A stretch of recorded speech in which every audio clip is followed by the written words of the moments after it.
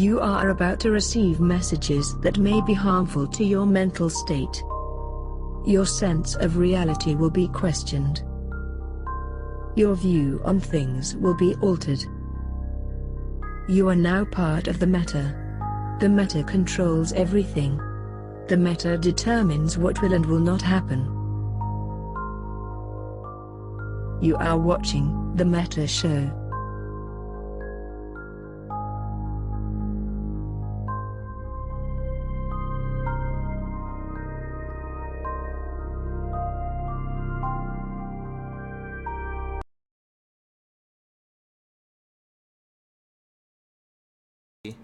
Live! Yay! I didn't break it. Woo!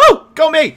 Oh my! Wait, is this happening? It is happening. Yes, it's live. It is. And, it's not okay, as bad as normally so is. there's a camera, unlike last week when I was in Birmingham, Alabama. So I don't have to stare at an Eve guy face at me.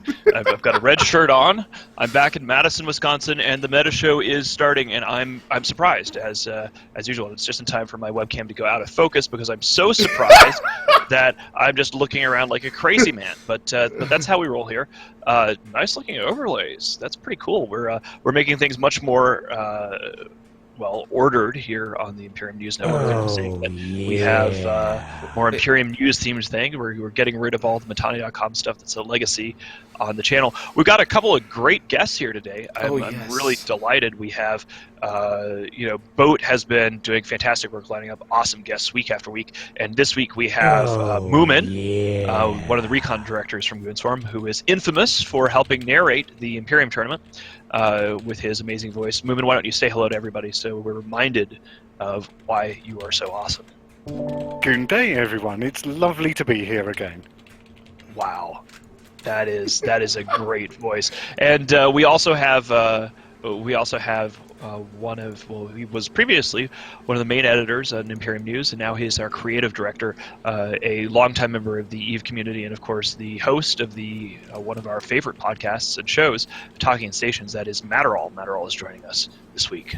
Matterall, say hello. Thanks very much. Glad to be here. Yay! Wow, his voice sounds good as Moomin's. This is perfect. Yeah, I actually feel sort of insecure now. Like between Moomin and Matterall, I sound like I've got a voice for not even radio. You're voice deficient. I am. I'm not gonna be winning any choir competitions. So what do we got going on today? Before we get stuck in, here's what we're going to be talking about. Our top story today is going to be the Winter War in Curse. We're going to be talking about a recap of the year, which is something that Matterall actually wrote up during the Nullsec Power Hour, just going over everything that's happened this year. CCP Please, we're going to be talking about the upcoming expansion to Citadel mechanics. No, not upcoming. Previous. This recap. Previous ones. We're recapping. We're all just doing recapping. Yes, the whole show's a recap. Fuck new shit. Oh wow! So this is basically just a well, with the exception of the news, like we do actually have the stuff about the top story. That's some news, but the Winter War, that is news.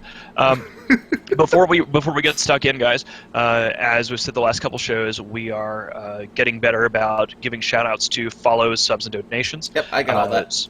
And we're going to be doing that at the end of each segment. And one final thing before we get too stuck in, logged in, is, of course, the Imperium News Network is recruiting. We're looking for pretty much everything. If you're interested in being a writer, we can make you space rich by doing horrible, evil propaganda, which makes the rest of you very angry. It's not really horrible, evil propaganda unless I'm writing it. It's good shit. Writers, streamers. We already have a donation. Excellent. I just joined Capstorm. Wet CO2's throat. That's from Shirar. It's wonderful. I love Shirar. I'm not really sure whether we want to wet their throat or we could wet their throat with their own blood. The Imperium is, of course, going to war, which is pretty awesome. But yeah, we're looking for writers, we're looking for streamers, and I'm not really sure whether Matterall is ready to be bringing in more creatives, but if you are, Matterall, do you want to give a little shout out here for people to join your team? Yeah, we're looking for designers. We picked up some great ones. Razorian, who does these great screen captures and enhances them, is working with us. And we also have Corin Mon, who actually puts these really great small animations. Both have been featured on the 07 show, and they're part of the team now. So we're looking for other people, too. If you're an art director, we'd love to see your work. And that is Matterall's team. So if you are a creative type, you wouldn't have to deal with a horrible asshole like me. Or me. or Boat, who is not a royal vassal, but you would be working directly with Matterall, who is top tier, as we all know. So, Yeah. So before we move into top story, we have shout-outs. We have 23 months from Rishan Starfury. 23 Rishan. Yeah, excellent. wonderful. Twitch Prime from Rizza for Shiza. That's awesome. Thank you for your Twitch Prime. We have 3 months from Wilhelm Arcturus. Arcturus, yes. yes. $5 blogger. A donation from Shirar. Thank you for Drink Come McParchtote for your wonderful donation. He always uses great names. Love the names. Wonderful. That is true. 23 months from Sadis. Thank you, sir. And then 19 months from Jessal210. Yes, Yay. excellent. Long-time resubs. Thank you guys very much for And supporting another the one, stream. right And before another we move. one, yeah. Zandril, Twitch Prime. That again, you can always press the Twitch Prime. Another one. And another one. And another one. We're Wow. never going to move forward. It's just great. It just keeps going. All right, Okay. Sandstorm Anarchy. Thank you, man. So, we also have a... Oh, is that... I can't tell what that is. Oh, that is a cheer. So we have these things called cheers now. 100 cheers is $1. So someone Boat, just put on your throw hat, $1. says Yeah, Jackie I don't do my hat for this Jackal. show. We're too serious business here. All right, so we have our... we're going to get ready to move into our top story. And I'm going to, of course, click a button to do that. And ta-da! 22 Chief. Also. Top story. Right so, on the border, the audio's not working for this because I broke it, and I'm still in progress working. The guy sent me the audio of it, but yeah, whatever. So, top story. We move into the Winter War Curse that kicks off today. Ah! Oh, It literally started today. So, for those of you that don't know, there are wars coming to Curse. 85%. Oh, you just saw it now? Well, no, I'm just laughing because we need to adjust how we do alerts on the stream because we still. That's have, my fault. Well, no, it's not your fault. It's just kind of funny because the top story was just one big. The top story was Hypnokitten doing Hypnokitten. Oh, I should put Hypnokitten. I always put Hypnokitten on top. I should probably put it behind. We're probably going to end up moving alerts to the side of the screen. To the bottom left of the screen so that it doesn't obliterate whatever everybody's saying, everybody is seeing. I don't know whether that annoys you guys or not. I love it. That's the reason I keep it there, because I love Hypnokitten people too, seem to do it more when there's more notice of it. So thanks, guys. So yeah, top story. So we move into that, and I brought Moom and Matterall to help with that. That's going to be a lot of fun. And we got a picture here, so I'm going to add that in just a minute. Hold on. So top story. War kicks off. I didn't write this in my notes, but 85% of all of 00 is now officially announced their involvement. So for those of you that haven't been keeping up on stream when people make donations. Another $5 donation, sorry. 85%. That's a lot. Yeah, so the only ones the war's not not even really gotten started yet, hasn't it? I mean, right. Yeah, that's the thing. These are all different groups announcing publicly we're going on this side or that side. The only ones who haven't announced publicly are TC, Darkness Coalition, and PanFam. No, those three are the only ones that haven't announced officially, hey, we're coming to one side or the other. Everyone else in 00 has at this point. So that is every single last person. Do you have a piece of art for Matterall, by the way? Oh yeah, I'm working on it. He sent it to me now. All right, so we're getting. I'm gonna actually, before we get stuck in, while Bode is looking for art for Matterall, I am going to turn the floor over to Moomin, who of course is a director of recon in Goonstorm, part of the Imperium. And Moomin, in a way that's not, this is all mostly open source stuff here. Can you tell us what you've seen so far in the run-up to this war, where people are deployed, what the theater of battle looks like from your perspective? Yeah, sure. I think the most important thing for me to do there is lay a little bit of groundwork for how we've actually got to the point that we're in. Now, I know we're going to talk about this later on as well, so I don't want to cover it too much. But long story short is after the Casino War, there is a war that I like to think of called the Backstabbers Brawl, which was Test and CO2 against kind of PanFam and other kind of elements of the, as I like to call them, Glory Hole Coalition. And quite simply, things didn't go very well for Test and CO2, and basically they've kind of scampered down south. They've looked for what they consider to be an easy target, and that, or part of that easy target, is catch. Something that I would say we're not overly keen on, and it presents us a great opportunity to have a little bit of fun with them. And that's what we're going to be doing. So we've already seen Test, CO2, walkers are down here as well. We've then got other kind of people that are committed in that area So that's going to be Try and their pets, FCON, and people like that. So, lots of people kind of like chipping in and saying that they're going to be like coming and fighting on behalf of testing CO2. Now, why they would do that is a little bit beyond me. For instance, one of my favourite quotes so far is the FCON leader, Tarquinius. He was quoted in the release that he actually did. As for CO2 and FCON's history with them, I completely understand that many people will be upset us working alongside them. I myself do not and will not trust GigX again. And these are our allies. Sorry, they're allies. Talking about themselves. But it gets better. So that not just FCON. We also have FCON announcing that during this war, if they lose, they'll just take all of Tri-Solve. Who cares? We'll just go take all the solve of our allies.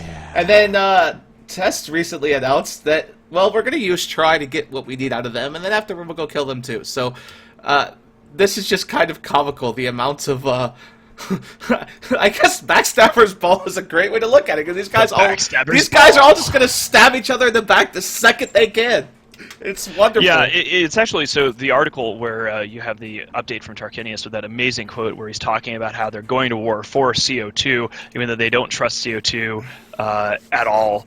But CO2 are totally not bad people. One of the things that came up on the Fireside Chat today, just about half an hour ago or so, is something a lot of people don't really know about what FCON was doing when they fled the Casino War to the east. They initially allied with Stainwagon and settled in to the east, where it'd be nice and easy for them to rat and mine and do whatever. And then Triumvirate, who are now their allies, basically said, you need to work with us or we will shoot you. And FCON bent over, rolled over, backstabbed Stainwagon, and then became allies with Triumvirate against Stainwagon, who were the first people who opened their doors and their arms to FCON. The really great part about that, too, is that when Stainwagon asked Waffles to come down during that war, and Waffles came down and said to FCON, hey, yo, bro, we're going to work together, and did like a little handshake, and Reza and Tarquinius shook hands and basically said, okay, we're going to work together. Then all of a sudden... CO2 like a day later, FCON goes, yeah, we're with Try now, fuck you, Waffles, see you later. And that really pissed Reza off. He said this last week on the Meta Show, like, he hates FCON with, like, a passion.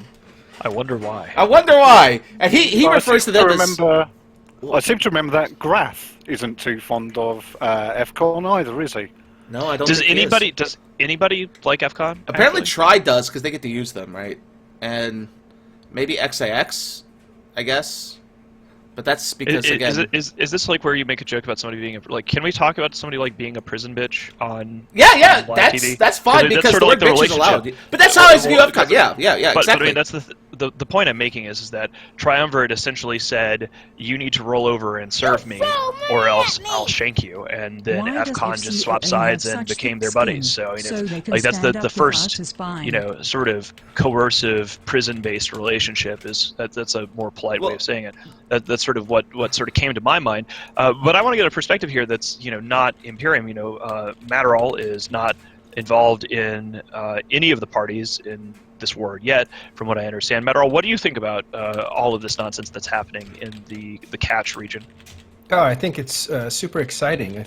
2017 is really the second chapter of 2016. The whole 2016's narrative, is written in the article that I just put out, encompassed a lot of nullsec powers in play, and a lot of the narratives that started there have really spun themselves from the north down to the south. So you're going to see a lot of stuff get either basically scores will be settled is one of the things that I wrote about, and that is for all sides, not just necessarily yours, because you guys have this desire to get revenge on everybody that kind of ganged up on you up north. So we'll see what happens. Well, it's tough because, like we were saying when we had guests on the show the last couple of weeks, because Killaby and these other people completely defeated, destroyed, and scattered the Imperium, we don't really have much of a coalition. Yeah, or we'll get to that anymore. Soon. That comes up in the next segment, by the way. It's pretty tragic, really. We'll be talking about the recap, but it is interesting all the way around. I'm curious to see who actually turns up. Like, this is one of these wars where people say that they're going to throw in, and like Boat was saying earlier, 85% of nullsec approximately. We did a very detailed statistical survey. Actually, we have algorithms that can just tell this sort of thing, and that's how we got the precise number of 84.6% of nullsec. We rounded up for the sake of ease. Like you say, we write the story and we spin it too. We report and we also decide. Yes, exactly. So the Fear and balanced news here on the Imperium News Network. Yeah, it's just going to be sort of a hot mess. So, like, right now, the big event for Sunday, tomorrow, is there are 2 Fortizars that are going to be onlining from Test and CO2 in F4R, which is, I believe, a Volt system. And that's on the border to Catch, and we're just going to see a bunch of people go there and see whether Test and CO2 actually do deploy into the theater. Their idea is that they're going to be moving from their low-sec staging into a null-sec staging system to set up shop. But to go back to FCON about this war, which makes it so fucking hilarious, is FCON made a declaration of war. You know how Tarquinius likes to write those long essays? I can't find it at the moment. I have it here somewhere, but he likes to write really long essays, and one of his long essays was about the declaration of war and why they're going to war. And Veronica was really drunk, and he just laughed when he told me about this, the leader of Stain. And it says, FCON announces reason for war. One FCON spy who had snuck into a Stain group hacked an iHub 2 months ago, back in November, like at the beginning of November. He was kicked, headshot by Veronica, but that's their one reason for starting this war. That breaks the nip 2 months later. These people just have to find any excuse. It's great. Like, it's so good. Why is it that FCON can't just say, "I hate you guys, we're going to war"? Yeah, exactly. He wrote like a 4-paragraph like reason for declaration of war here, and it was I couldn't stop laughing. When that. News breaks, we break it more. That's an amazing. That is brilliant. I'm going to start using that now. That's probably Sherrar. I'm not sure, but yeah, it is Sherrar. Yeah, it's still Sherrar. Yeah, INN News. When news breaks, we break it more. I love that. But yeah, this is this is gonna be like an amazing war, right? I don't know about you. You come on her foot and let the well, I mean, we're gonna have to see what people actually do. I mean, that's the thing is that this is one of the curious things about nullsec, especially when it's a long way away. People say that they're gonna go to war, and then it depends on who actually deploys and what forces. Right. I heard that certain entities within CO2, even before they deploy, how do you get a girl from FCON pregnant? Oh my god! Yes, Sadist! Jesus Christ! I'm not reading it! It already got read on stream! I'm not even sure I can read that on stream. That's amazing. It's on the stream. But it's there. But see, here, I got something for you. One of the guys that makes like our top story and our spin zone and all that stuff made us a wonderful little animation for FCON involvement in this war, and he would like me to share it, so I added it here, and we're going to share it now. Right now. Yeah, that was an amazing donation. I'm like stunned by that.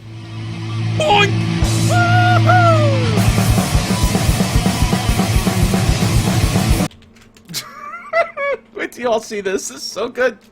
I don't know whether it's covering up the entire screen or what. It will. It takes up the whole screen. Oh my god! What is this? Everybody else gets to watch like MST3K style. I love us, like watching the animation. So ERJ145 made this, and he's just I love it. That is amazing. That's is he implying that we're goat fuckers? No, I don't know what he's no. I think he's implied that they're all like all they do is farm all day. You know, beyond goat action. I'm not really sure, but that I don't know what it was, but that was a thing that happened. You know, when news breaks, we break it more. Fear and balanced news. This is wonderful. But yeah, this war's gonna be great. I'm excited. How about you? One of the things that is curious about it is, you know, everybody will say that they're going to get involved, but the fact is that the Galactic East cache is kind of a pain in the ass to get to. Head GP is one thing, but most of the action is on the other side of cache. So the question is going to be who does turn up. And one of the things I wanted to ask you about, you know, before the show we were talking about this, and I think we can break this news. We didn't talk about it on the Fireside Chat, but I hear a little birdie tells me that there are already tensions within CO2, and certain organizations within CO2 are leaving CO2. Yeah, I heard this today. This is was news to me also, and I was really excited to hear this. That apparently a guy named by the name of Suis I don't know if you know that name, but Casino War Criminal, yeah, Casino War Criminal, Titan Stealer. might be giving CO2 the finger because, as you know, for the last month or so, he's been trying to defend NETC, and GigX won't let him. So now he might be taking his toys and leaving, and that's the report that just came in today. So, not surprising. New England Trade Network, actually, that is part of, before we go into the recaps, that should be part of our top story too. New England Trade Network, a proud member of the Imperium, the initiative, went and blew up another New England Trade Network Citadel just a couple days ago. Oh, yeah, I forgot about that, sorry. When we had destroyed the Citadel in Gare, a Fortizar there, a combination of Imperium and Pandemic Legion forces showed up to destroy it because Pandemic Legion was apparently upset with the New Eden Trade Network claiming that PL would defend NETC without actually paying Pandemic Legion, which is a great plan, and nothing could possibly go wrong. That's going to go perfectly well, right? Well, they decided to drop another one to replace the one that we blew up.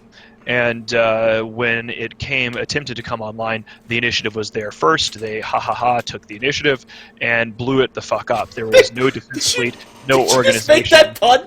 If I didn't do it, somebody had to do it. I figure surprisingly, I figured most people would make that joke more often, except that it's a terrible joke and it should never be made. Anyway, so I want to hear though, real quick. Losing Citadels, which is what Suis is. Suis and Lenny.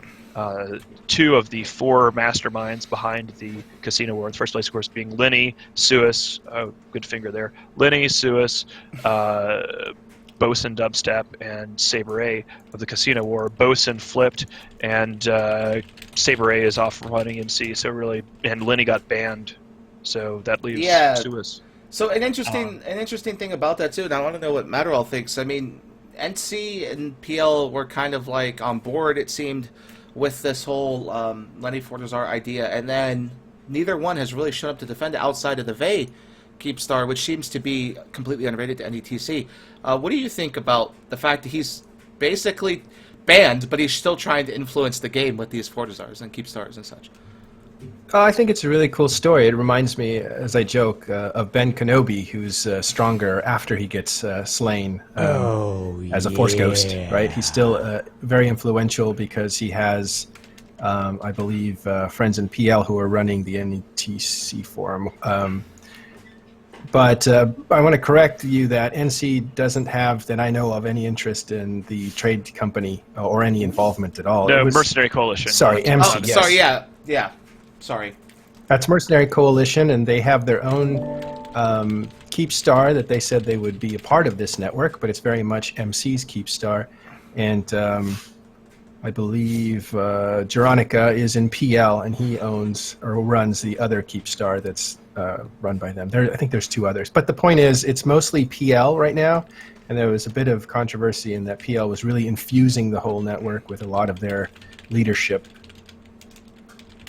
Yeah, it's curious too, because I mean the main person from PL involved in the NETC is this one guy from Rikoku whose name Care. However the hell you pronounce his name, because it's got numbers in it. It's the Care for Kids guy.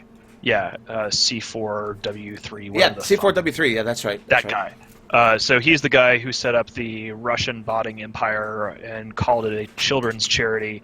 And so when you have a dude who's been banned for RMT. Suis, who was also banned for RMT, but not as long as Lenny, he and his Quislings might try to deny that he was banned for RMT, but conveniently, there's evidence of this in his own words you can find from Ironbank 2, but involved in the NETC talking about Suis here. Suis was banned for RMT for a month, I believe, or maybe it was just a week, and the evidence of this is in the Pastebin papers, which are available for the entire public to read on goonfleet.com and the Helldump forum.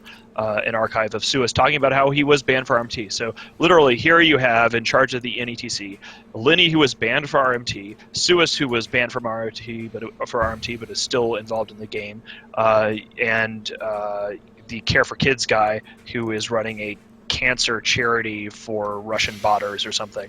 It is pretty much one of the shadiest and most hypocritical organizations that I have seen created in EVE, which is probably why nobody is turning up to defend these fucking things. The money's not there anymore, right? The money got taken away. See, here's the thing that's interesting. CCP goes so far as to make this big announcement that they're banning these people and they're taking their money, but they didn't bother taking the assets. So these guys still have keep stars. They still have fortizars. They still have tangible assets they can just hand people. So that's what they've been doing. Like, you notice that the keep star that was dropped by Rocket X was just handed to him. Hey, here, go drop this keep star for us. The Vey fortizars have been just assets. So they don't have this to like pay people to defend it, but yet CCP still allowed them to carry on all their assets, and that happened with a lot of things. There was a couple of people that said, hey, I got a trillion S taken away, but I still have all my assets, so I just sold all my assets, and now I have a trillion S again. So things like that have been happening. That was yeah. Go ahead. I just want to interject because I think we part company on some of the interpretations of things. You guys definitely know Suez and the Lenny thing is out in public and stuff. As far as C4 having a charity that he works for, I think there's nothing wrong with that. There's a lot of good being done, and that's a great thing.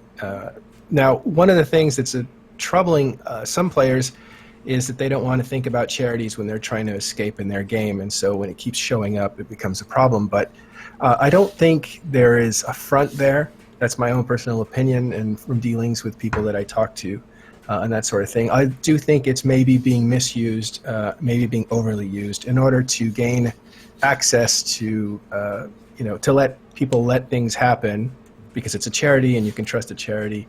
But it might set up a network that could be used by Pandemic Legion after the fact, much later. Because once the infrastructure is there, as we know, it's hard as hell to remove it. Yeah.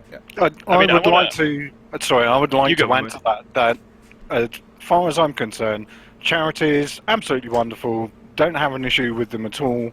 The bit that I'm having a problem with a lot of this is transparency and accountability, and I'm not seeing very much of this from either people purporting to be representing charities or from the NETC. When they originally launched, they said that it was all going to be open and transparent and everything else, and I'm not seeing much evidence of that at this time. I want to go ahead and have a little rant on this now. I think it's let me crack my knuckles here and get ready because this charity thing. Hold on, before we rant, we can get that to the next segment because the next. Are you sure? You sure? Okay. This is not in the next segment. Oh, I didn't know if this was top story worthy. This is related to that. I mean, It is a broader point, things involving the casino world. But we're in the recap, we're not really focusing on charities because the only charity that was really around, of course, was. I1ISK, of course, was funding Care for Kids, etc. But this is a broader thing about charities in EVE. So one of the things about EVE and being a leader in EVE is people die. It's a big, big game. And when you are in a position of leadership in an alliance, and this is something that all corporation and alliance leaders increasingly have to deal with as EVE expands, which is good, but the free-to-play expansion has resulted in New Eden growing and having more blood and new life, which is excellent.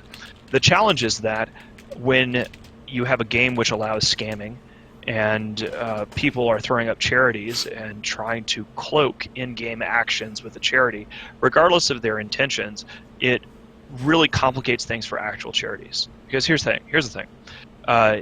If anybody can claim that they are doing whatever for kids with cancer, which is why you have Russian botting organizations in the Galactic Northeast building super caps for a children's charity. This means that when CCP or when anybody else is looking at a charity in the real world, charities that are run by game companies, actual charities, the more bullshit charities there are in the world, the more skeptical people become.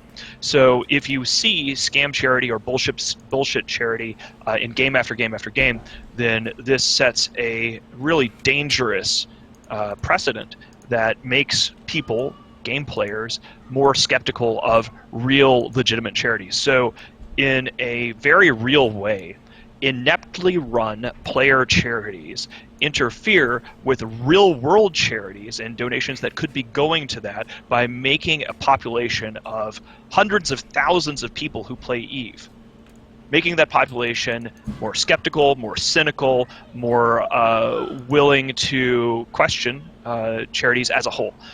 So it is, I think, dangerous. I think it is unhealthy. I think it is wrong-footed. If you want to support a charity and you are an EVE Online player, then pick a real charity. Say United Way, which has some problems I hear, but whatever. Just pick one, like Amnesty International, Doctors Without Borders, and if you want to use EVE Online to promote a fucking charity, use EVE Online to promote a real charity with real transparency to do some real good in the world. Because if every Tom, Dick, and Harry puts up their own little shingle and says, no, really, I'm caring for kids by having a fucking botting empire in the Galactic Northeast, that makes charities as a whole less trusted, which means that you are making the real world a worse place. Support charity? Great. Support a real charity, not your own pet project that makes everybody else more skeptical. Fuck Care for Kids. Fuck this guy. Fuck all these people who think that they should set up their own little charity for things that aren't vetted independently. This is not a sort of thing that we should be doing. That's different from saying somebody's died and you want to, like, it's different when you have a collection for a widow or a family of somebody who has passed away. I'm talking here about administrations and charities and shit like that that are ongoing. Somebody dies, your alliance wants to take up a collection for their family. That's great because there is a beginning and an end, and that's something that everybody does. But I'm totally going to run my own charity now, and it's going to go on forever, and we're going to build things in EVE Online for that. Fuck that guy, fuck Care for Kids. It's bullshit. Okay, we're at done. Done. Yay, we move on. So we have a lot of things to thank you. Elizabeth A, a new Twitch Prime subscriber, thank you. G Stomp 12 Twitch Prime subscriber. Bend Over Minship 3-month Twitch Prime subscriber. Lol Brick is a Twitch Prime subscriber for 2 months. Artway 3 months Twitch Prime subscriber. Wow, we have a lot of these. Sorry. Thank you guys. No, sorry. 3-month subscription. Sandy Storm Monarchy is a Twitch Prime subscriber. Thank you for joining us. 22 Chief is 3 months in on Twitch Prime. The Barros is a Twitch Prime subscriber. Months. Excellent. Wow. Oh no, 22 Chief is 3 months. 3 months. 22 months from Hildifer. Thank you, sir. 22 wow, months is a long time. nice. Yeah. Sandro with 3 months. And then Lord Axeman just subscribed. So thank you, sir. Join us. Thanks a lot, guys. Thanks for supporting. Yeah, so we have all those, all that out of the way, and then we're going to be moving on, and the charity will come up again here in a moment because we are going to be moving on to this one. Let me find it here. Hold on, where did I put it? Uh-oh. I lost the thing. Hold on. You lost the thing. No, it's not CCP, please, right? Right. No, it's top story. You're going to do the Winter War. Now we're going to. Yay! Top story! Woo! We already did the top story. No, sorry. Dulcet Power Hour. My bad. God damn it! You got me confused. Look at you. Run the show. Yeah, this is why I press button. So yeah, we got Dulcet Power Hour, and we got a lot to talk about. We're gonna do a recap of the year in 0-0 because there has been a lot of things that happened in 0-0 this year. Our own Matterall here, one wonderful review. Which I used part of for making notes. And as Moomin told me earlier, we are going to go into more depth about all these topics. I just made little quick blips because I could. So I would say the biggest story of the year to come out of CCP was that the Casino War founders, Letty and Iron Bank, were banned for RMT. 30 trillion ISK was burned up by CCP, which, to give you an idea, only 30 trillion ISK had been banned previously in all of EVE history. All their assets were allowed to stay, which I thought was pretty weird. And the NETC network tries to go online in the wake of bans, and all of EVE joins in and killing them one by one. I think most of EVE just kind of says, fuck you, you're not paying us anymore, bye. So that's the big news for the year, and I want to know what you guys think. Mr. Moomin, if you could share. Well, it's like, how do you want to break this down? Because for me, I would say that 2016 was a great year in so many respects, even though at points it probably didn't feel that way for like some people. So, I mean, is it worthwhile actually doing it kind of like a month by month kind of in January? I roughly remember these sorts of things, or do you just want me to talk a bit? Just what's your impression of the most important? Let's make this question more specific. What's your view of the most important themes of 2016, Moomin? Well, personally, that's a really easy one. I went from having lived in Declan for a couple of years, where I always felt that I was living on someone else's couch at their house, to an opportunity to actually fight for their home, and then basically pick up all of my stuff and go and build a new home where I'm not actually crashing on anyone's couch anymore. It's a home that I've helped make for myself and for others as well. So in that respect, I feel that I finally have a home now in Eve. And, that has probably been the singular biggest thing for me from a personal perspective. After that, it's just like an absolutely great year. So much has happened. How much It's like, cash did they make in RMT? we fought outnumbered. Who would have thought we would have done that? We did it, and despite what people say, we're seemingly slightly less dead than what they thought we were.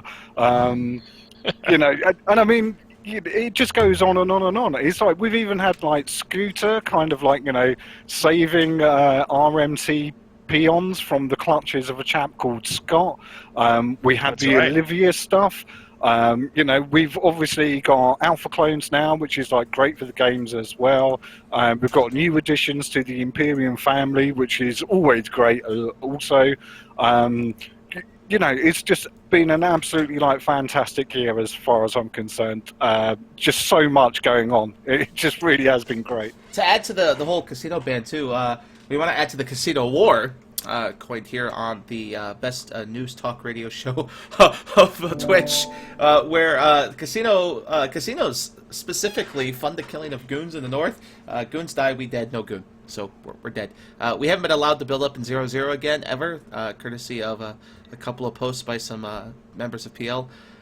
So yeah, we're dead.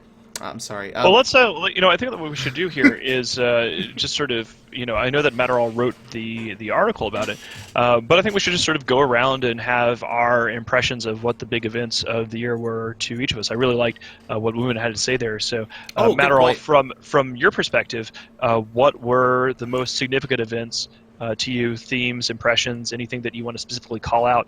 From your perspective of EVE in 2016. Yeah, a lot of it's written in the article itself. At the very end, I break out a couple themes that were big for me, and there's a lot of different themes. It's very complex and it crosses in different directions.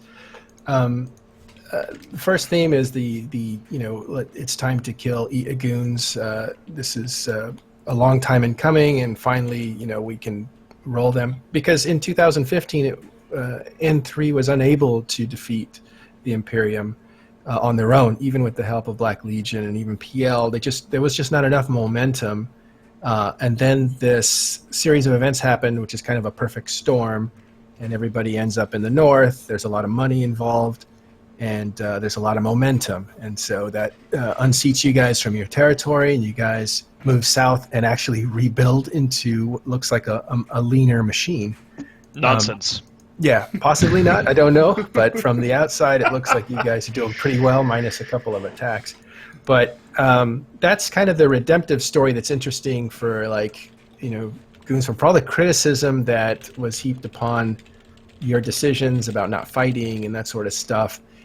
In retrospect, it looks like you made a lot of really good decisions. And the result is now, in 2017, you're poised. Good decisions. What? Yeah, Well, I have fight. to kind of say is when you say that we didn't fight, then I know that some of the people out there are very keen to watch things like kill boards. So can you explain why the Imperium, the Goon Swarm, GSF, Karma Fleet, and all of our other kind of allies were constantly at the top of Z kill board stats, month after month? Yeah, I see what you're saying. And fighting is fighting, but I consider fighting only fighting for important things, not just fighting, because that's just like tread We water. were fighting for our survival against far greater numbers. Hold on. So I think we did quite well. Matterall just said a thing. I love it. Let Moomin and Matterall go at it. Oh.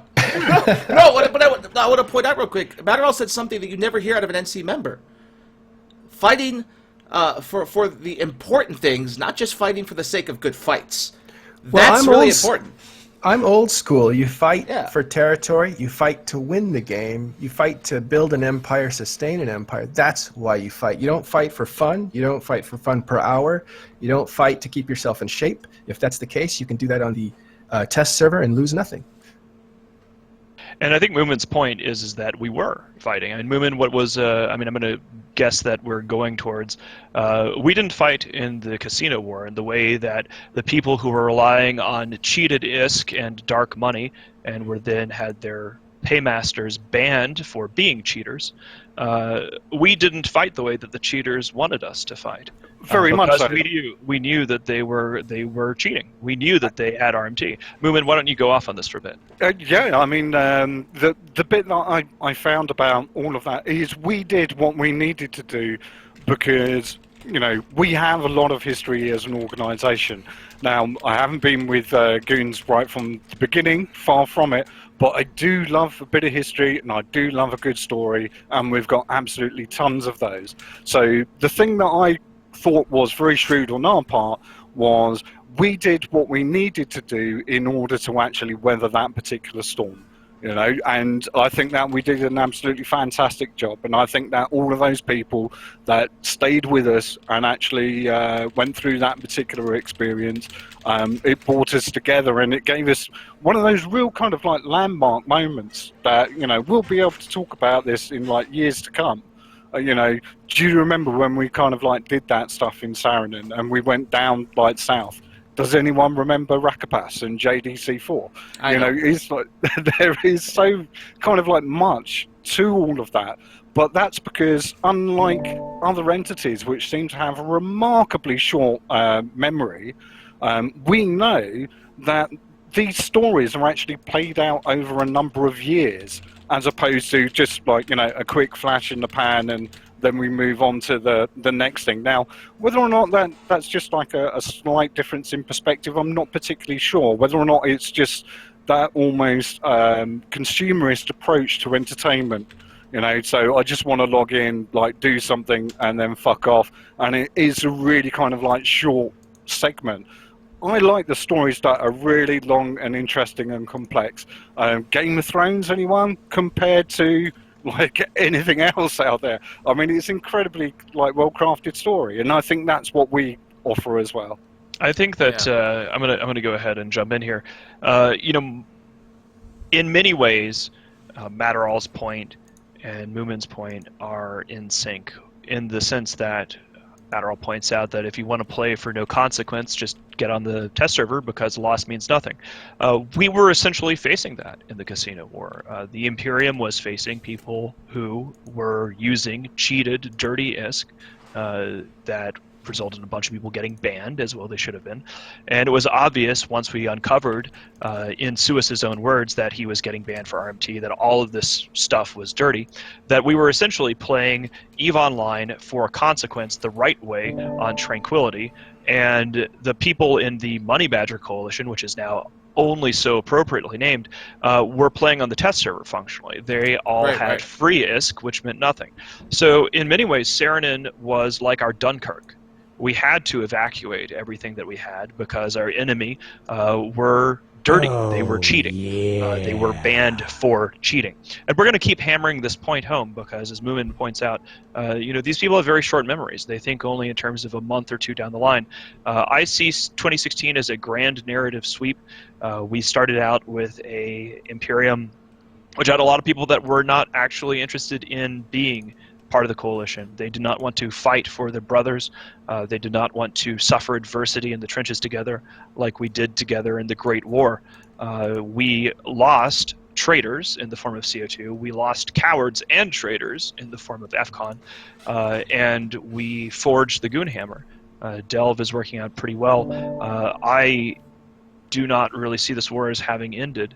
If it has ended, it ended with the perpetrators, those being involved in it, getting banned and having the executive producer of CCP, Andy Nordgren, in an article that was published in the gaming media after the war was over, discussing how casinos were banned, explicitly stating what we had been saying on the Meta Show in an article after article, time and time again, that any kind of out-of-game income that is unassailable and unattackable within the game distorts the game and is bad for the game, and that all of those people were wrong. So that's sort of it's this fascinating sort of narrative that begins at the start of 2016, and it ends with us being proven correct. So one person which is points excellent. out, how can you have unlimited money for in-game stuff if you RMT it all away and get banned for RMT? That's because they gave all this money to people, hundreds of trillions to individuals and groups, and just were throwing money at it. They didn't get banned until way after the war was over. I think the war was kind of over in March, April was when TO2 betrayed us. FCON dipped out. The war kind of ended, and that's when, from then forward, that the answer to the question is money is laundering. banned. Like Yeah, right. the reason why RMT shops and these casinos were giving out tons of ISK to everyone is all of those transactions helped disguise what was going on. A casino is a mill for RMT because you have so many regular people playing and gambling in it, and then you know, just like in the real world, organized crime begins to support charities. So in the case of I Want ISK, our dear friend who is ruining real world charities and is an idiot, that Care for Kids guy, you know, the fig leaf for I Want ISK was that charity.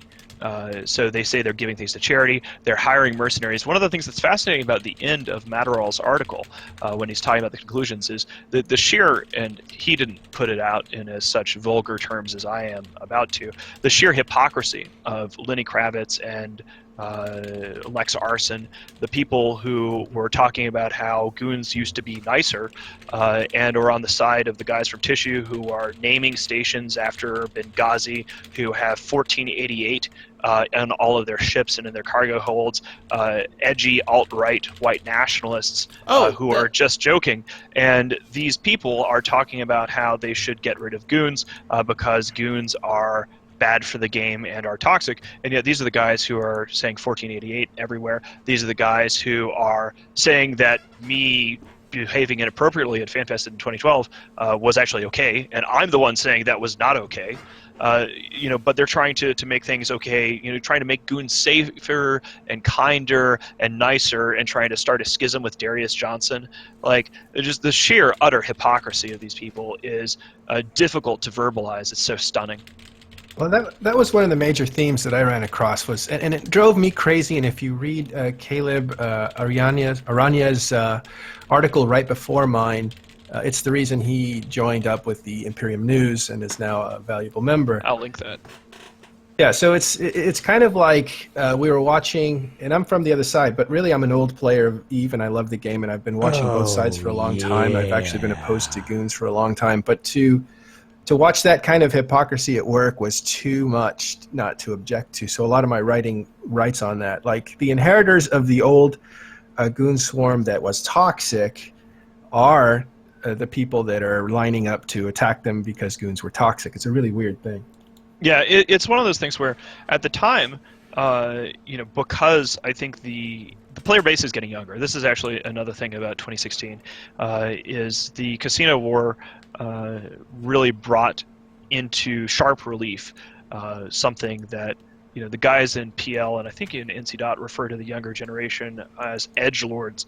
It started sort of with Black Legion and then Tissue, and the casino war really brought to the forefront in the sort of the public eye the fact that there is a much younger segment of the player base, these younger millennials that think that the game is for content, and they have sort of like a MOBA style attitude towards EVE. Well, they only want to play the game for a month, and what this brought to the fore was that these people are there, and they, you know, at the time they're like, oh, Fabian strategy, ha ha ha, you know, goons are losing, the Matani's an idiot, because they're only thinking in a 30-day time frame.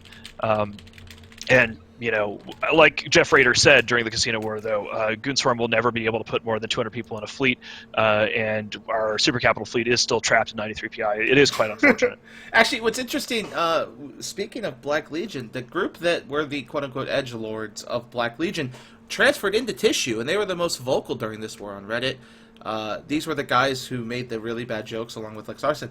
And that's where it gets to my most memorable bit of the war.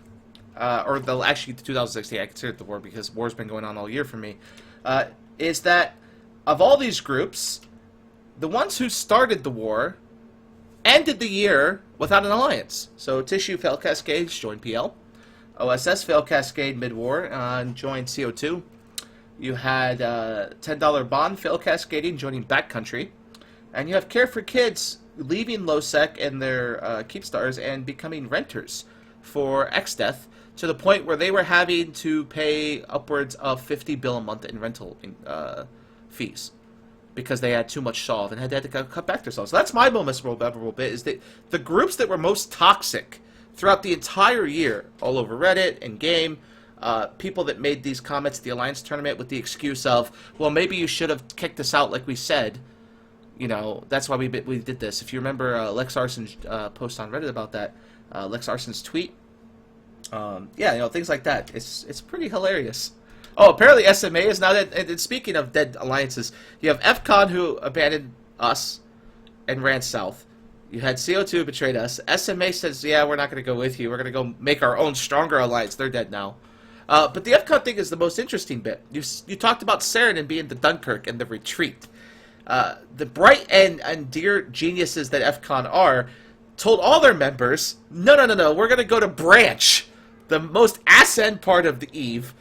This is before Citadel's and easy moving. That, oh yeah, Iowa Disc is gone also. I forgot about that. But yeah, so casinos are gone. So all these things are gone. But FCON retreats into Branch while we're all going to Lowsec going, we got to get the fuck out of here. We don't want to get caught here. They retreat into Branch and then proceed to get farmed. They lose Titans, they lose super carriers. As they're traveling through the Declan Gate, the shit's dead. And then they spend the next 3 months, Tarquinius specifically, convincing his member base that goons had forced them to go to Branch and had forced them to defend to the last man and didn't want them in Saranin. And one of the longtime Bomberwolf pilots, I run Bomberwolf in goons, as we all know on the show, was a very diehard goon Bomberwolf guy who went with FCON when FCON left, and he hates us now because he bought into that Tarquinius line of goons were the reason we died. It was their fault. That's why we had to leave. And so that's my most interesting bit about 2016. It's the narratives, the lies, the backstabs, the people who say one thing and then do another when you're not looking, but you know they don't know that you're able to hear it. And yeah, oh, I love it. I love narratives.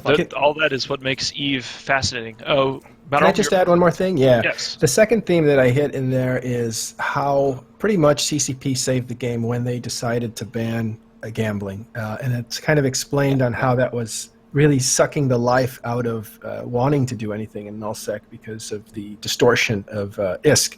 So I think it is aptly named the Casino War, and the Casino War, as Nosy Gamer just wrote in comments here, ended when CCP basically won the war by banning gambling.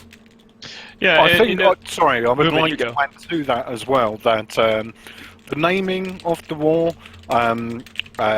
We started off with the War of Soviet Aggression. CCP started off with the Easter War. You had the Glory Hole Coalition that were going with World War B. I think that, and it's mentioned in your article as well, isn't it? I think, Matterall, that it was the Noisy Gamer that came up with the term for the Casino War. And I have to say that, you know, as far as I'm concerned, yeah, World War B is a great name, but I think it's a name for the future, like war at some point. But I think that the Casino War absolutely nails what we've seen in 2016 completely.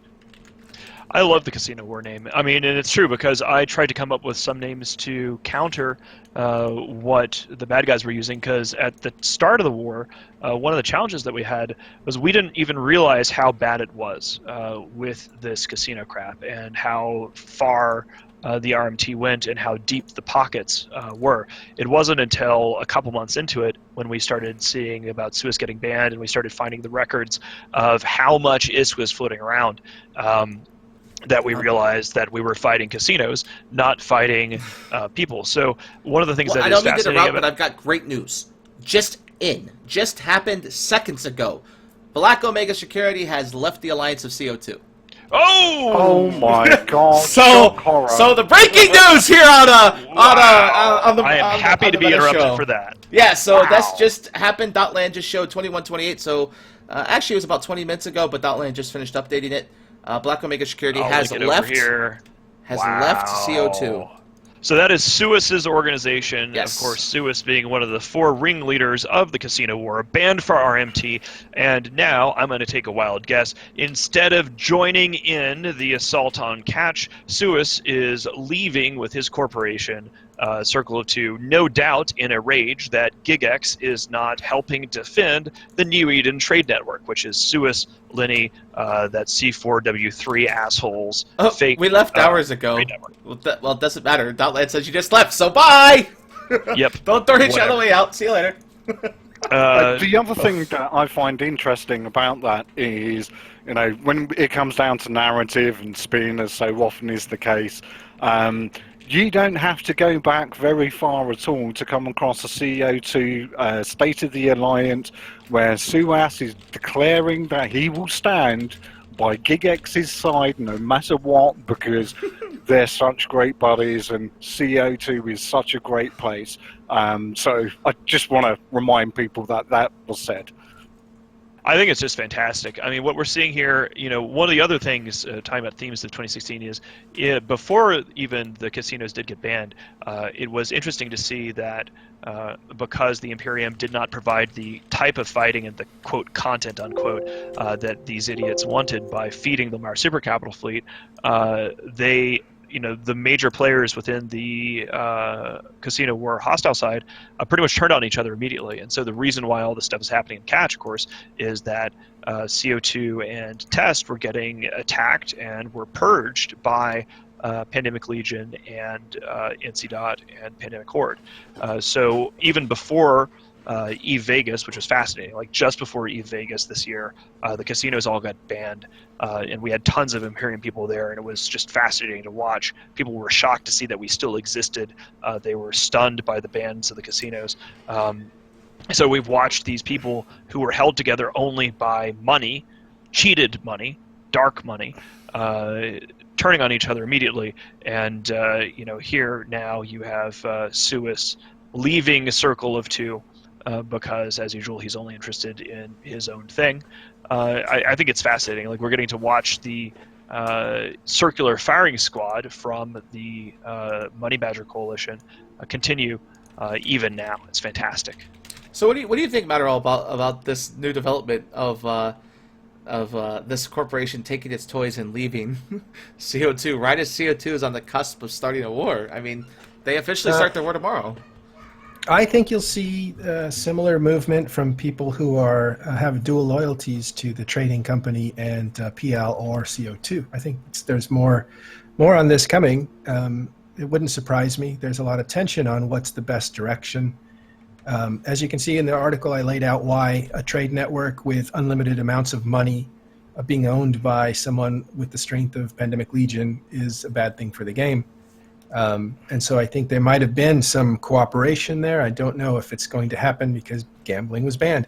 So that changes the whole landscape, the real desire to have that kind of a network, that sort of thing. So yeah, I think there's more on this. I don't know Suez as well as you guys. He was a former goon. He's the guy singing the Little Bees song, that he got a lot of fame for. So yeah.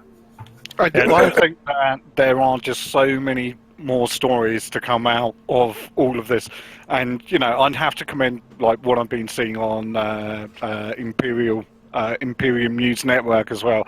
Is like we have seen some great stories there that no one else has been picking up on this year. So it's kudos to Matterall and everyone else that puts in a lot of time on that, because it has genuinely come up with some good stuff. Revra is on top of this, by the way. So yeah, that's actually a thing that we should give shout outs for. So one of the themes also for the media side of things, with sort of the meta game of media within EVE Online, the fallout from the casino war has been tremendous. First of all, shout outs to the whole Imperium News team. We started this year with the Matani.com, and at the time the Matani.com was going nowhere. We were, the name was something that was coined in 2012 by somebody who tried to destroy us during the casino war. The site was on a horrible aging platform, that being Drupal, and everybody came together during the middle of this war to create a new, better website with better art, better design, better editorial, better streaming. Everything about INN now has gone from success to success.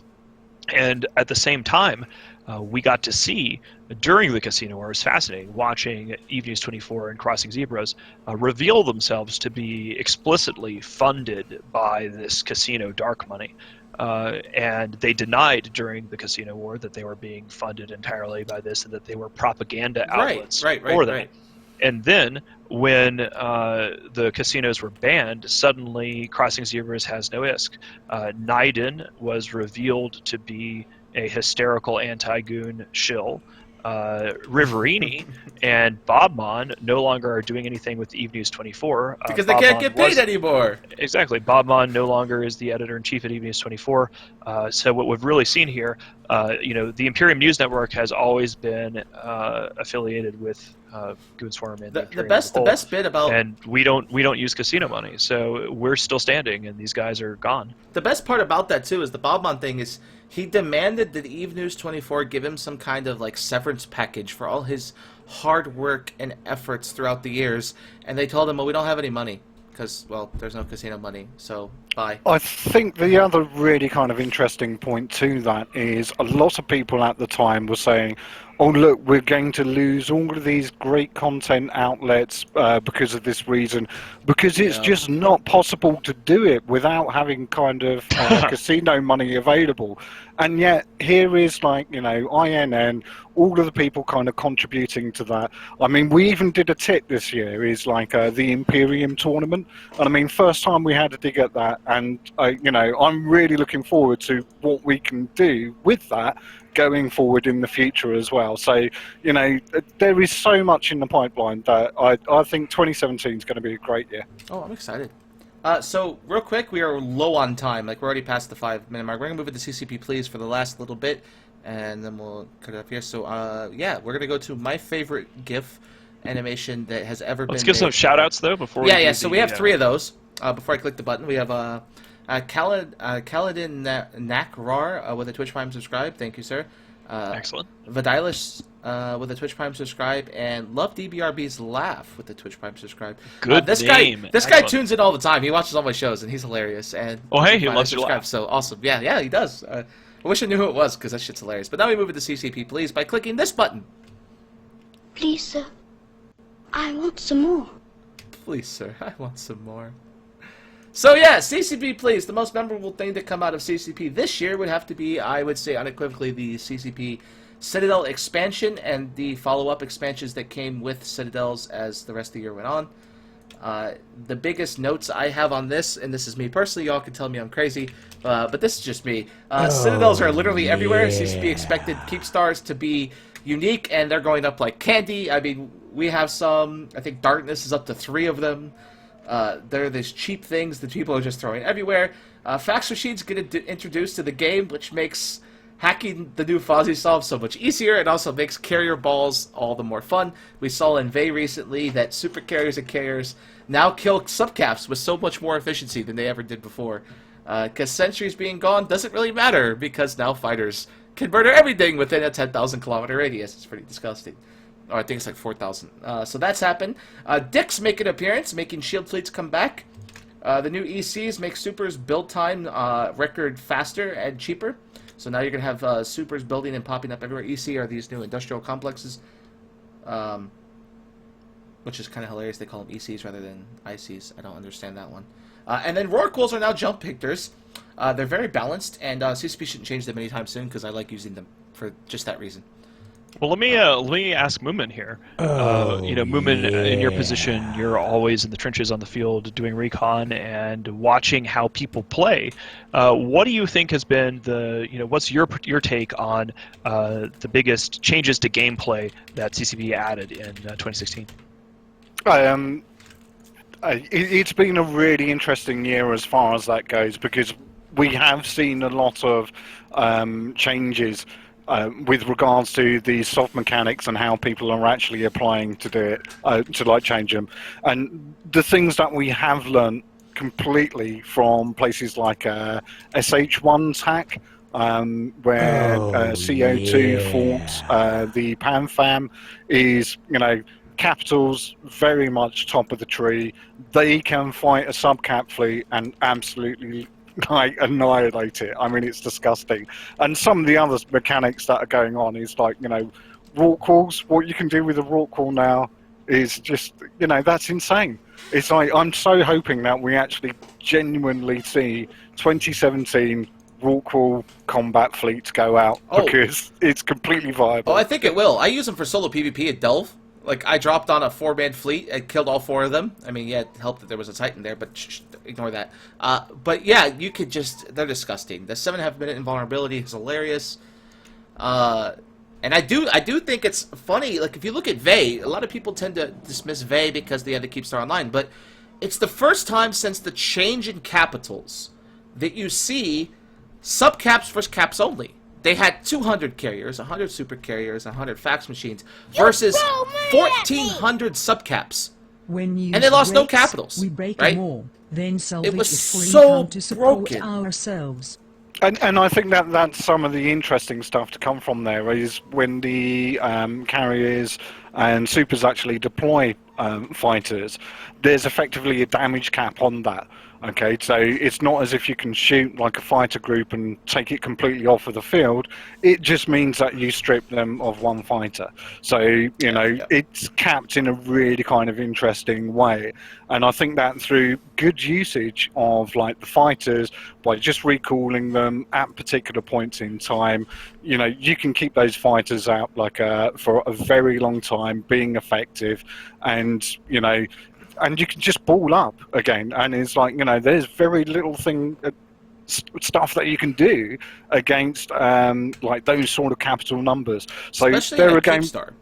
Well, exactly, and I think that we're going to be seeing, on anything. I mean, the fact that you can actually still do these sorts of things from an Astra house, and then basically just drop your aggression timer, and oh look, there you are, you're tethered again, and everything's lovely again. It's like some really interesting mechanics going on there, and we're seeing that kind of evolution of the wrecking ball realistically, I think. I think that one of the things that we're seeing here is AI wars, right? So it's not necessarily that way when the servers are working better, but when we had that fight in Vey, suddenly everything that we had seen previously is sort of thrown off, right? So you had drones chasing fighters around. Having that 1 second lag or more between each fighter that is killed is probably one of the dumber things that's currently in Eve. It goes up to almost 30 seconds per fighter, and when there were, I think, almost 5,000 fighters in all on the field at one point, you can't compete with that. Each carrier gets 3, so that's 27 out at the time per carrier. They had 200 carriers, so that's almost 5,000 right there, I think.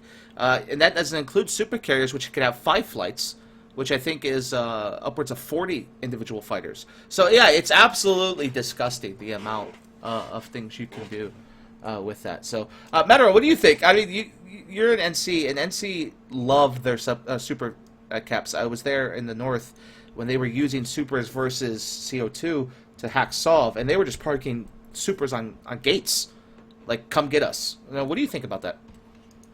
Super's Gate Camp. I think NC has been, at least when they booted CO2, working on their Solve game, and you've seen it evolve.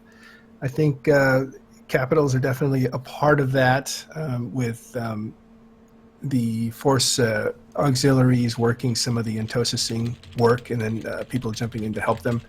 I think that's still going to evolve. NC will never get away from having a top-tier supers fleet, usually on standby to help out, any of their other fleets. Yeah, I think it's amazing. I mean, Fozzie made a very, very big point in the spring, saying that this is the end of the wrecking ball. You're not going to see carriers doing what they've been doing for years. And with Vey, and even in the Northern War against CO2, that's all you saw, right? They were, at one point, I had bombers sitting on top of a node, and there were 2 super carriers defending a fax, and nothing could get near it because they just lit a Sino and in came the cavalry, right? And I think it's absolutely hilarious to see that something that everyone said, oh, that's not going to happen. It's actually happening. I mean, we haven't even seen the use of Titans yet, in a really messed up way. They have these new mods. So yeah, that's an interesting thing. Well, I think it's also warfare hasn't really worked itself completely out. You have a SOV system, but you also have, a structure system, which is kind of like a SOV system. You have citadels that become forts, and so it's become multidimensional. It's not just one system by which to ruin an empire. It's multiple systems. But I think that's quite interesting, simply from the perspective of, from what I remember at least, Fozzie was very much on about, the smaller guy being in a position to actually take SOV. But, we're seeing that there is a strategy and a way to actually use citadels in conjunction with capitals, where effectively you could have a smaller organisation without the same capital numbers, and they can bring a relatively okay subcap fleet, and there will be nothing that they can do. That's it. Alrighty, let's see where we're going. So we have one more thing to get to real quick. Matterall, if you'd like to go ahead, we're gonna do a wonderful plug for Matterall's show. Matterall here is a streamer on TMC, and he runs a show called Talking in Stations that I actually listen to when I'm at the gym. It used to be at night, now it's in the morning. If you want to talk about it, go ahead, Mr. Matterall. Thanks. I actually just wanted to say there's we're branching out a little bit. We have there is Talking in Stations, which is the typical show, and that happens before this show, a few hours before this show. Normally, we'll be back in January. We've taken a couple weeks off. And then we have now an after show with McLeod, who's also from Imperium News, and he kind of takes a more of a relaxed view of the topics that are covered on TIS or topics that are out there. That's a very open show, and people can come and just kind of hang out and talk, which is pretty cool. The third thing that we're doing this year is I'm starting up interview sessions with people who are kind of considered, this tongue-in-cheek, the masters of Eve. And so far I've done 2 interviews, one with Matani and one with you. It wasn't supposed to be that way, but that's kind of how it worked out. I'm also going to interview other people who've been around a long time in high-profile positions and who have done things that very, very, very few people can do in the game. And so that's what those interviews are about, is to find out what it's like to play Eve at that kind of a level. So, sorry, Matterall, have you published the Matani one yet then? Well, both are actually... because I haven't seen that. I've definitely seen the boat one, and that was a really good one. But yeah, it was a lot. Mentioned like the Matani one. The interview was fantastic, and we will get that out on video soon. It's actually just on the podcast, and the reverse is true for boats. It's only on video. We'll get that out on the podcast. That's a good point. We should probably actually have an article for the that interview. Yeah, that's a good point. Yeah, we'll do that. All right. You're on it. Awesome. So yeah, we are. Okay, we'll do it today. Yeah, delegating work already. Good idea. You're on. Yeah. So I hope everyone has a wonderful New Year. We have 3 more subscribers. Crazy 8 or 3 or however you say that with a 3 instead of an 8. Teres Makantu. Or Kazamato, however you say that, and Mr. Bad Macacano, all Twitch subscribers. Thank you, sir. Don't forget, I want to have one more big shout out. It's Jay Maziness' birthday, so if you see him in Eve or on Jabber, make sure you PM him on Jabber and tell him happy birthday. That's a broadcast that got sent out last night. It's really important that you do that. Yeah, he also likes to get in-game mail, doesn't he? Yes, in-game mails. If you're not in Goons and you can't use Jabber, send him an in-game mail. Tell him happy birthday. He will read all of them. Spread the word. Spread the word. Tell everyone. Gay for Jay. Yeah. We're Gay for Jay on the show. The Rocket Parts cartel is still alive and kicking thanks to Jay's hard work. So, yeah. Never forget. So yeah, I hope everyone's careful. It is New Year's Eve for everyone that's already celebrated it. Congratulations, Happy New Year. That's right. Happy New Year to everyone. Yes, and 2017 will be great. And we're gonna go out there and. Party responsibly. Yeah, I won't be doing the boat show today, just so everyone knows. I have my father's birthday is in an hour, so we're gonna go. Moomin, what you got? I'm sorry, Moomin. Yeah, it's like Merry Christmas and Happy New Year. They kind of annoy me because it's like merry and happy all the time. Surely, it's like that seems a lot nicer. Exactly. So just have a great one, no matter what you're doing. I'm merry and happy all the time. That's the part of being boat. Right, guys, right? All right, guys. Well, Yeah. thank you for coming. And once again, we're going to close out the show. I'm not sure what we're going to be talking about next week. Do we have an idea? I what have next week's no topic's gonna clue. be?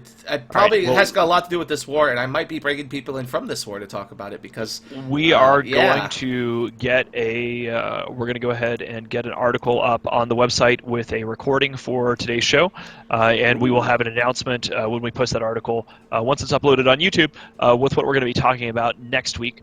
We're going to get a panel Fancy. of guests from across EVE as we try to do, and should be awesome. So one last shout out here is if you want to join Imperium News, when the news breaks, we break it more. Fear and Balance News, we report, we also decide. You could go ahead and check that out. There's a link to our recruitment page. We are also interested in streamers and front-end developers. So contact us. It's pretty cool. And let's see. Let's thank our guests for turning up. Moomin and Matterall, if you want to say any parting words, any parting plugs.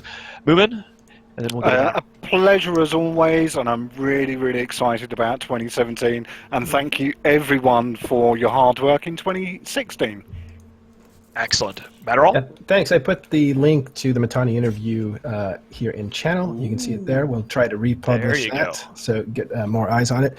And I wanted to say Happy New Year to everyone, and thanks for all your support for Talking Stations and everybody who helps with that, everybody who helps with Imperium News, and especially to my friend Dirk McGurk. Happy New Year, and Nosy Gamer and Reaver. Thank you guys very much. Yep. Thanks so much, everyone. Yeah, Meta Show survived a year. Holy shit, we did it. We did. Yes. In the trenches, baby. In Yep. the trenches. Bringing us the news where we need it most because everyone else is unreliable. Except for Talking Stations. That's a great news show to listen to. Listen to that one. Sorry. Thanks. Yeah. All right. Bye, guys. All right, boys and girls, we will catch you later. Cheers. You are about to receive messages that may be harmful to your mental state. Your sense of reality will be questioned. Your view on things will be altered. You are now part of the meta. The meta controls everything. The meta determines what will and will not happen. You are watching The Meta Show.